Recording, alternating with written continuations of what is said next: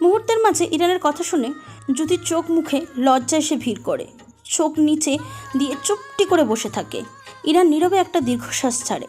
যাক, মন খারাপের রেশটা কাটাতে পেরেছে। ওই দিন সারা রাত দুজন মিলে কথা বলে। এতদিনের মান অভিমান সব শেষ হয়, সব জমানো কথা বলতে থাকে। জ্যোতি তো খুশি ইরানের কাছে যেতে পারবে বলে। দুজন কথা বলতে বলতে হাসে, আবার চোখ দিয়ে পানিও আসে, হুহু দুঃখের জন্য, দুজনের ভালোবাসার আর সুখের জন্য, এমন জীবনসঙ্গী পাওয়ার জন্য। কয়েকদিনের মধ্যেই জ্যোতির ভিসা হয়ে যায়, ইরানের কাছে যাওয়ার তারিখও ঠিক হয়ে যায়।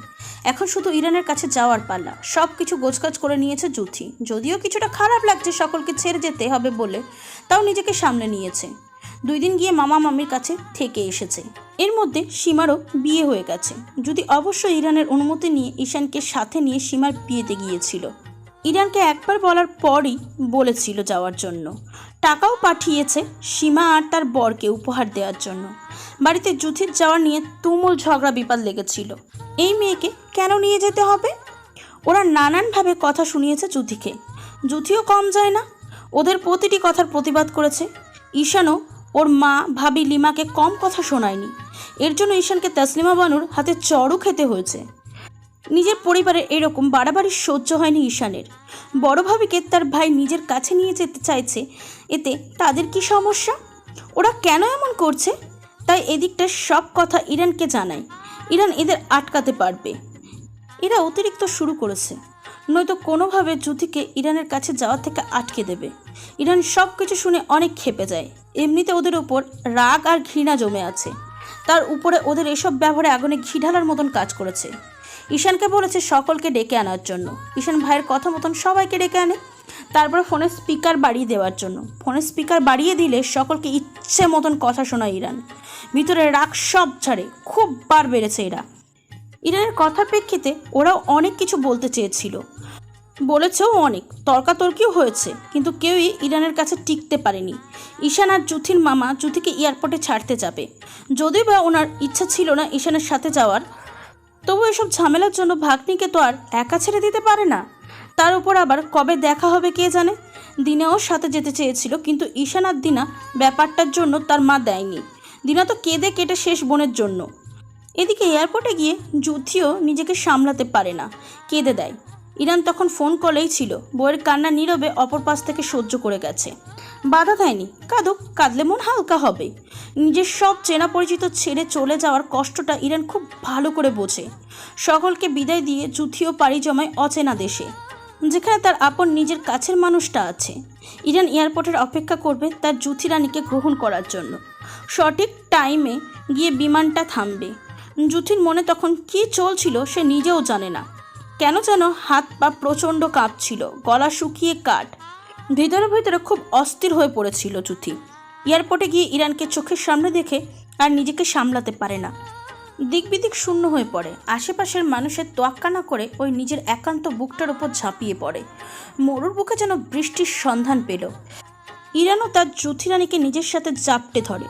জ্যোতি তো সেই কখন থেকে ফুপিয়ে কেঁদে চলেছে। ইরানের চোখ দুটো ছলছল করছে। ইরান জ্যোতিকে নিজের বুকের সাথে মিশিয়ে চুপটি করে দেয়। জ্যোতি তার মানুষটার বুক ভাসাচ্ছে। অনেকটা সময় যাওয়ার পর ইরান জ্যোতির মাথায় হাত বুলিয়ে বলে, হয়েছে তো বউ, আর কত কাঁদবে? দেখো আমার শার্ট ভিজিয়ে দিয়েছো। ভালো করেছি, ভিজুক। ইরান জ্যোতির কাঁধটা নিজের বুক থেকে তোলে, সারা মুখে অগণিত অধরের ছোঁয়া এঁকে দেয়। জ্যোতি চুপটি করে সেই ছোঁয়া উপভোগ করে। কতদিন পর পাচ্ছে।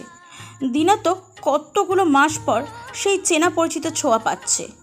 আশেপাশে অবশ্য অনেক মানুষ আছে, থাকলেই বা কি, ওরা নিজেদের নিয়ে ব্যস্ত। যদিও বা কয়েকজন তাকাচ্ছে, মুচকি এসে চলে যাচ্ছে। ইরান গাড়ি আগে থেকেই ঠিকঠাক করে রেখেছে। জ্যোতির হাত এক হাত দিয়ে আবদ্ধ করে নিয়ে আরেক হাত দিয়ে লাগেজ নেয়। লাগেজটা গাড়িতে রেখে জ্যোতিকে নিয়ে বসে পড়ে। জ্যোতি গাড়িতে উঠে ইরানের বুকে মাথা রাখে। ইরান মুচকি এসে বউকে আগলে ধরে রাখে।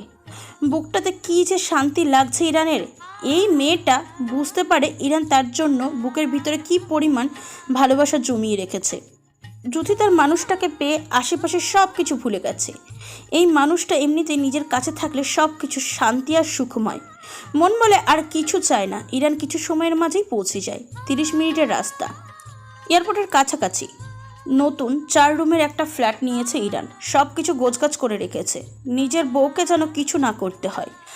যদি সব কিছুর দিকে চোখ বোলায়, বেশ অবাক হয় এত পরিপাটি দেখে। সব জিনিসপত্র ইরান গুছিয়ে রেখেছে। জুথির জন্য ইরান রান্নাও করে গিয়েছিল। জুথিকে বলে ফ্রেশ হয়ে আসার জন্য। জুথি ইরানের কথা মতন ফ্রেশ হয়ে আসে। ইরান নিজের হাতে তার জুথি রানীকে খাইয়ে দেয়। জুথি তৃপ্তি নিয়ে ইরানের রান্না করা খাবার খায়। ইরানকেও বলে খাওয়ার জন্য। ইরান খেতে না চাইলে জোর করে অগত্যা নিজের বউয়ের সাথে না পেরে খেয়ে নেয় ইরান। খাওয়া দাওয়া শেষ করে ইরান জুথিকে বলে ঘুমানোর জন্য, নয়তো শরীর খারাপ করবে। জুথি শুয়ে 2 হাত প্রসারিত করে ইরানকে নিজের কাছে আসার আহ্বান জানায়। ইরানও বউয়ের করা আবদার সাদরে গ্রহণ করে। বউয়ের কাছে নিজের সুখ আছে। এই মেয়েটা যে তার একমাত্র কারণ নিজেকে ঠিক রাখার।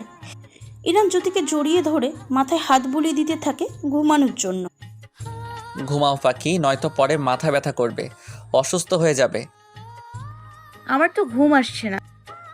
এই তো আমি মাথায় হাত বুলিয়ে দিচ্ছি, তুমি চোখ বন্ধ করো। না, চোখ বন্ধ করা যাবে না। আমি তো আপনাকে দেখব। কতদিন হয়ে গেল আপনাকে এতটা কাছ থেকে দেখি না। এখন থেকে সবসময় দেখতে পারবে, একটু ঘুমাও। ইরানের কথা শোনে না জুথি। সে ইরানকে দেখবে, এক দৃষ্টিতে তাকিয়ে রয় ইরানের দিকে। ইরান খুব যত্ন সহকারে মাথায় হাত বুলিয়ে দিতে থাকে। কিছু সময় পর এমনিতেই ক্লান্তিতে জুথির চোখে মুখে ঘুম নেমে আসে। তার উপর ইরানের আদুরে পড়শে। বেশি সময় লাগেনি জুথির ঘুমিয়ে যেতে। জুথি ঘুমিয়ে গেছে দেখে স্বস্তির নিঃশ্বাস নেয় ইরান। পরক্ষণে মুচকে হাসে। কিছু সময় জুথির দিকে তাকিয়ে থেকে উঠে পড়ে। জুথির লাগেজ নিয়ে গোছাতে থাকে সব কিছু। ইরানের বস তাকে 1 সপ্তাহ ছুটি দিয়েছে সংসারটা ভালো করে সাজানোর জন্য। ইরান সব কিছু প্ল্যান করে রেখেছে। জুথিকে নিয়ে এই কয়দিন দেশটা ঘুরেও দেখাবে বলে ঠিক করে নিয়েছে। 2 টোনাটুনির সংসার খুব ভালোভাবে চলছে। ইরান বিকেল হলে জুথিকে নিয়ে ঘুরতে বের হয়েছে। আশেপাশেটা ভালো করে চিনিয়েও দিয়েছে। এরই মধ্যে আরেকটা বাঙালি মেয়ের সাথে পরিচয় হয়ে গেছে জুথির। সব মিলিয়ে খুব ভালো দিন কাটছে তার। যদিও বা নিজের দেশের জন্য আর মানুষগুলোর জন্য খারাপ লাগে, তাও নিজেকে সামলে নেয়। এরই মধ্যে একদিন হুট করে ইরানের বাবা কল আসে। এটা ইরান কখনো চায়নি। কলটা দেখেই নিজের ভিতরে জমিয়ে রাখা রাগটা যেন বাড়তে থাকে। জ্যোতির সামনে থাকায় প্রকাশ করতে পারে না। এই ঘটনাগুলো জানলে জ্যোতি খুব কষ্ট পাবে। যদিও বা ইরান ঠিক করেছিল জ্যোতিকে কিছু বলবে না, পরবর্তীতে ঠিক করে সব বলে দেবে। জ্যোতির কাছে কিছু লোকাবে না। ইচ্ছা না থাকা সত্ত্বেও তার বাবা নামক মানুষটার কল রিসিভ করতে হয়। হ্যালো, আসসালামু আলাইকুম। ওয়ালাইকুম আসসালাম। ভালো আছিস ইরহান? জি আলহামদুলিল্লাহ। ইরান আর পাল্টা জিজ্ঞাসা করেনি উনি কেমন আছে। এতে ইরানের বাবার কিছু যায় আসে না। কিছু বলবেন? হ্যাঁ, বলার জন্যই তো কল করলাম। বলেন। আসলে হয়েছে কি, অনেক দিন তো হয়ে গেল টাকা পাঠাস না। না মানে আমার হাত খরচের টাকা দিস না। টাকা দরকার আমার, কিছু টাকা পাঠিয়ে দে। কিসের টাকা? আমি তো সংসারের খরচের জন্য টাকা দিয়েছি। আমার জন্য কিছু টাকা দে। আমার কাছে কোনো টাকা নেই, আমি আপনাকে কোনো টাকা দিতে পারবো না। এমনিতে অনেক দিন হয়ে গেছে, পেটে মাল পানি পড়ে না। তার উপর ইরানের দায় সারা কথা শুনে মেজাজ প্রচণ্ড রকম চটে যায়। রাগে হিসিয়ে বলে, তুই টাকা দিবি না? ভেবে বল। এমন কিছু করব পরে কেঁদেও কুল পাবি না। কি করবেন আপনি? যা করার করেন, আমি আপনাকে টাকা দিব না। আপনার যে কিসের জন্য টাকা প্রয়োজন সেটা আমি খুব ভালো করেই জানি। একটা টাকাও দিব না। ঠিক আছে, আমি ইমরানের থেকেই টাকা নিব, আর সব সম্পত্তি ওর নামে লিখে দিব। ইরান বাবার কথা শুনে স্তব্ধ হয়ে যায় কিছু সময়ের জন্য। তারপর তাচ্ছিল্য হাসি হাসে।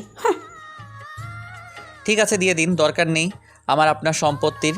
তবে মনে রাখবেন, আজ থেকে ইরহান নামক কোনো ছেলে আপনার নেই। ইরানের বাবা রাগে সত্যি সত্যি ইমনের নামে সকল সম্পত্তি দিয়ে দেয়। ইমন খুশিতে লাফিয়ে ওঠে। শ্বশুরবাড়ি থেকে কিছু আর নিজের থেকে কিছু টাকা এনে বাবাকে দেয়। শুধু ইরানকে না, ঈশানকেও ঠকিয়ে দিলেন উনি। তসলিমা মানু ব্যাপারটা কিছু জানতে পারল না। ইরান তার বাবার সাথে ফোনে কথা বলার সময় যদি পাশেই ছিল।